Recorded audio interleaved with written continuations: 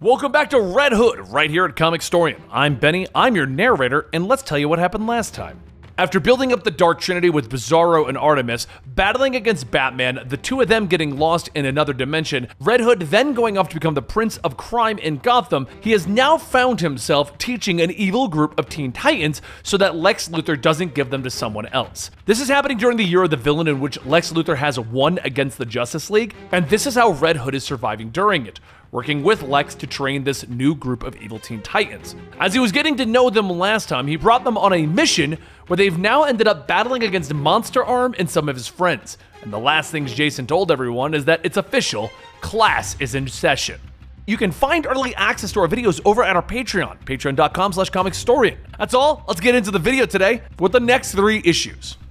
Monster Arm says that there are some brilliant minds here at Star Labs. They were all biologists from around the world working alone when they found out that pooling their minds together would result in extraordinary theories. They have since dedicated their genius to genetic supremacy by splicing monster cells with our own. Admittedly, until the new subject known as Doomed, it was little more than a theory. And now we all stand before you, masters of the new monster-human hybrid race. It's at that moment that Monster's arm is shot and he falls down shouting. Jason holds up a smoking gun and he tells everyone, that is exactly why you never deliver your evil master plan. Now, take them down. As everyone begins to fight, Jason takes the time to step outside, whistling to himself while cleaning his gun, before twirling his finger and telling Cloud 9 to make it rain. Cloud floats up, conjuring a massive storm, shouting, "All of humanity will fall before me!" Devourer looks up, asking, is she supposed to sound all crazy and stuff? Jason stares up at the whole situation. Apparently, the more weather she wields, the more tenuous her grip on humanity is. Maybe we should try reaching out to her, connecting with her on an emotional level. Devourer extends his arm, reaching out to her, telling her to take his hand as she screams back, "Don't you tell me what to do ever!" Cloud 9 calls down lightning, striking Devourer, and then she releases her energy, flying down, telling everyone, "I am so totally sorry. I wasn't myself until I spent all my energy. Is Devourer hurt?" Devourer gets up coughing, asking, "Did a girl just hurt me?" That was exactly what I thought was gonna happen. Everyone gets up and Cloud looks around asking if they won. Just then, Monster Arm climbs out of the rubble shouting, "Worthless children, I will not let this stand, I will not!" But before he can attack, Jason kicks him in the head, telling him, "You lost. Let that be a lesson. Never turn your back, especially around me." So any suggestions as to what we should do with Monster Arm here, kids? DNA, Cloud, Devourer, and Doomed all agree. Kill him. Babe says that she would suggest a major blood transfusion with a non-monster to see if that counteracts the monster cells within his body. And if that doesn't work, kill him. Jason laughs, stating, "Ha, I like the way you all think. But no way could I earn Teacher of the Year if we just go around killing everyone. That doesn't mean we can't be creative." So after burning down the lab, Jason asks Doomed if he wants in on their little group. Worst case, he learns about his powers, so if he wants to rule the world someday, he can do a lot better job than Monster Arm and his posse. Doomed scratches his face, and after a little thought says, "Why not?" Everyone cheers the new addition to their team, but as Jason goes to get them a ride, a distorted transmission comes in from Dr. Shea stating that, "Red, under siege, stay away, under no circumstance," and the transmission ends. Cloud asks if their super secret base has been compromised, and DNA asks, "Where are we supposed to go now?" Jason looks at them asking, "Is that a real question? You know where you're going." So a short while later, back at the block, Jason and the kids teleport in the entire lab on lockdown with little answers as to why. Jason tells the kids that they just got a message from Shay about 10 minutes ago and warned them not to come. They need to find out what happened to her and what's going on. So as he reaches for the security terminal, Babe yells, "Cease! You'll kill us all!" Jason looks back asking, "What?" And Babe goes on explaining that the red alert status indicates that either someone escaped the lab or that the block has been taken over by hostile elements. Hostiles that could be monitoring the computers throughout the facility. Thankfully, after augmenting Mother's dead body, she knows how an Omni backdoor cipher key is known to all and unknown computers. Mother holds her hands up to the terminal to show the layout of the block, but all scans show that there's nothing there. Not even Dr. Shea. Jason tells the kids to stay put. They're gonna remain here till he returns. Do not open the door for anything until I get back. Which, after Jason leaves, they clearly disobey and set out on their own to find out what's going on. As Jason crawls through the vents over towards the lab, he sees several copies of Dr. Shea working on a machine. He asks himself why they all look like they're doing something they shouldn't be doing. At that moment, Cloud whispers, "Hey!" and Jason jumps hitting his head shouting, "What the hell?" Cloud asks, "What's your girlfriend doing down there?" Jason quickly pushes his finger to his lips. "Shh! And first, Shay is not my girlfriend. Second, you're not supposed to be here. Third, shh, we need to be quiet." But as the sound of 2 guns cock and are pointed right at them, Jason sighs. "They'll find us."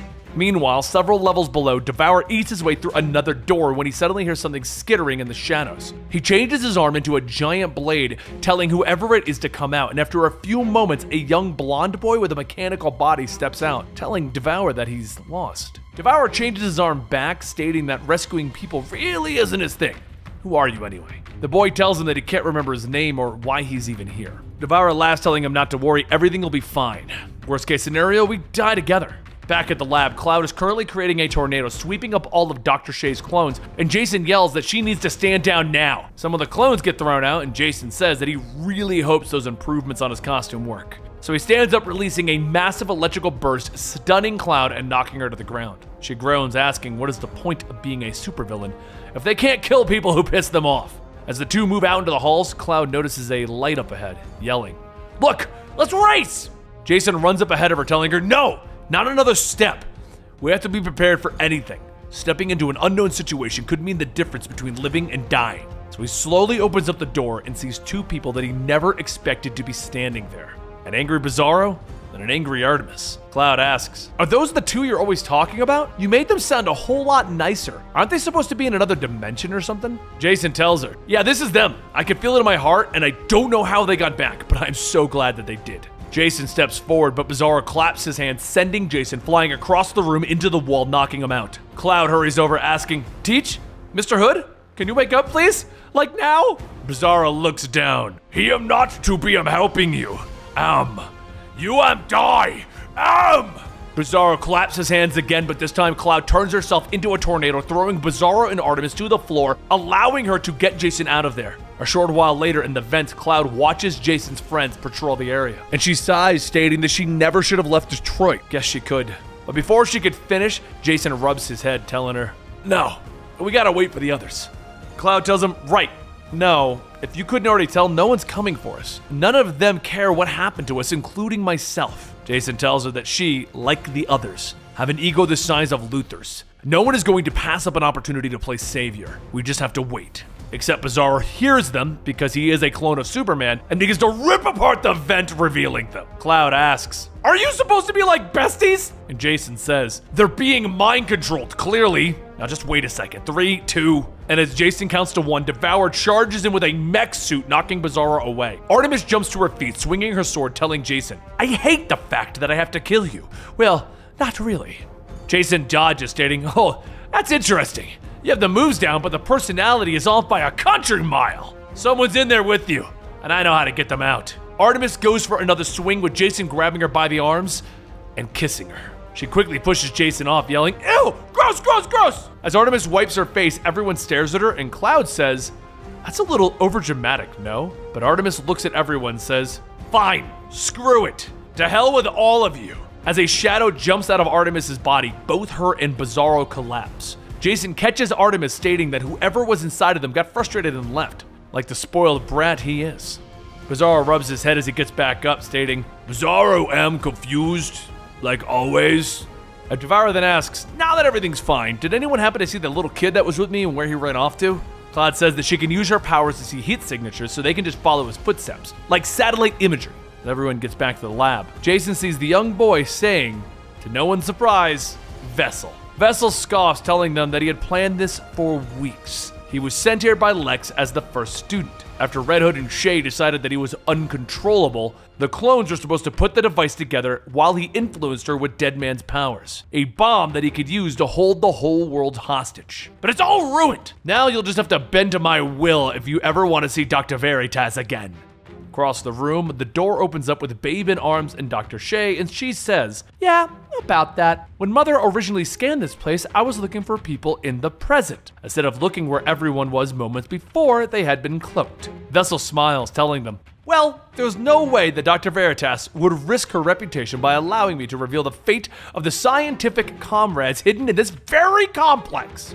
On the other side of the lab, a door opens up with DNA, and they ask, Were you referring to these men and women? Because me and Doom found them, and after using our abilities to straighten out their DNA, they're all back to normal. Vessel falls to the ground, slamming his fist, yelling, "It was genius! Not fair! Not fair!" Jason holds out his hands, telling him, "The whole point of school was to help kids like you.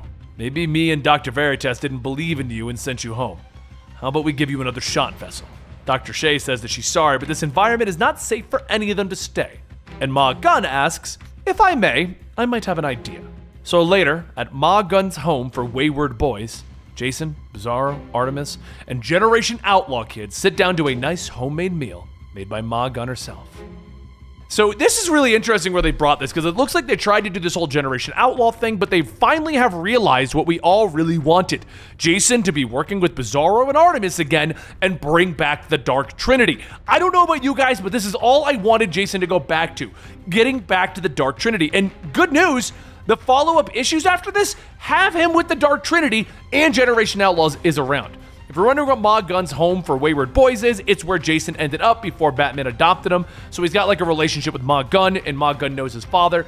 Long story short though, guys, we are back to normal for Jason Todd, Artemis, and Bizarro. I am super stoked. You need to be reading these comic books, but if you're not, subscribe to our channel, hit that like button, and I'll be getting to more Red Hood in about 2 to 3 weeks when the new arc ends.